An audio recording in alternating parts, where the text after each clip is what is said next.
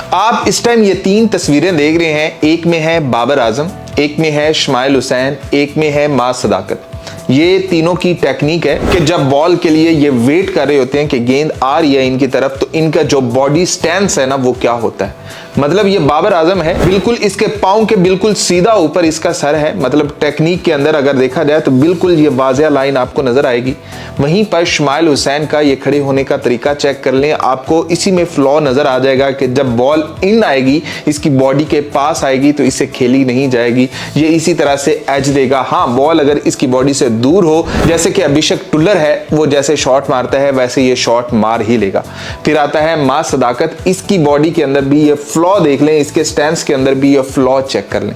तो ये एक छोटी सी चीज नहीं है, क्रिकेट के अंदर ये बहुत बड़ी चीज होती है। आपके पाँव की जो प्लेसमेंट होती है वही आपकी शॉट का बता देती है और वहीं से बॉलर को पता चल जाता है कि इसको पकड़ना कैसे होता है। अगर आप क्रिकेट बहुत ज्यादा देखते हैं तो आपको भी ये अंदाजा होगा कि जब सामने खड़ा हुआ बैटर है, अगर वो सीध में खड़ा हुआ है तो उसके पास कौन सी ऑप्शंस होती हैं शॉट मारने की, और एक बैटर है वो नीचे बैठ रहा है, कभी इधर जा रहा है कभी उधर जा रहा है, तो उसके पास कौन सी चीजें होती हैं। तो ये है बाबर, जब वो बैट को मूव करता है तो उसका हेड और उसका जो पाँव है एक सीध में होता है, मतलब एक साथ होकर वो मूव कर रहे होते हैं। और वहीं पर माज सदाकत चेक कर लें कि कितना फर्क है, वहीं पर चेक कर लें इस्माइल हुसैन, और वहीं पर चेक कर लें साहिबजादा फरहान।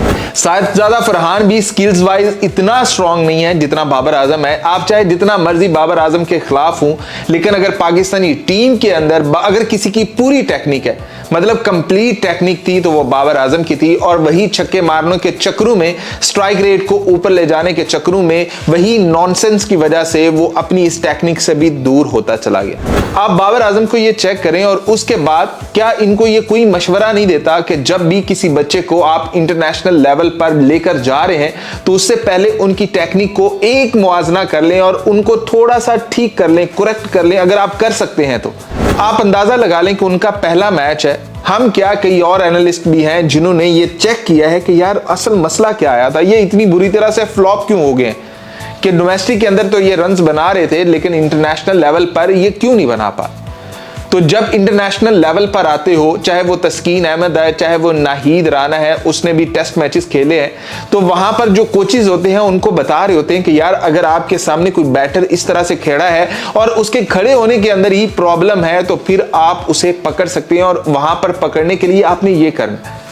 हमारे प्रीमियम फास्ट बॉलर्स की तरह तो हर कोई नहीं होता ना कि जिन्होंने सिर्फ एक बॉल ही फेंकनी है और वही उनके लिए बहुत है।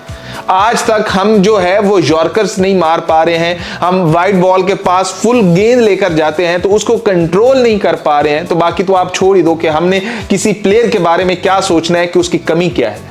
हमने वो 11 प्लेयर जो आ रहे हैं उनके बारे में ये कब सोचना है कि भैया ये इनकी कमी है और इस कमी के ऊपर वार करना है। हमारे फास्ट बॉलर्स अटैक की ये वाली मीटिंग हो रही हो कि यार यहां पे बॉल करवानी। तो इस्माइल हुसैन, माज सदाकत, इनका फ्यूचर बहुत ब्राइट हो, हमारी ये दुआ है। लेकिन अगर आप इतने फ्लॉ के साथ जाओगे, इस तरह के फ्लॉ के साथ आप इंटरनेशनल क्रिकेट के अंदर जाओगे, तो आज पहले मैच में अंदर फंसे हो, शायद दूसरे मैच के अंदर आप कुछ रन्स बना लो, लेकिन तीसरे मैच में आप फिर फंसोगे। जहां जहां अच्छा बॉलर आपको मिलता जाएगा आप फंसते चले जाओगे। तो बेहतर यही है कि आप अपनी टेक्निक सबसे पहले बेहतर कर लो। जितने भी पाकिस्तान के बाकी भी बैटर बनने वाले हैं या बन रहे हैं या जो कोशिश में हैं, उनको सबसे पहले अपना जो बॉडी वेट है और जो पाँव की पोजीशन है उसको बेहतर करना चाहिए।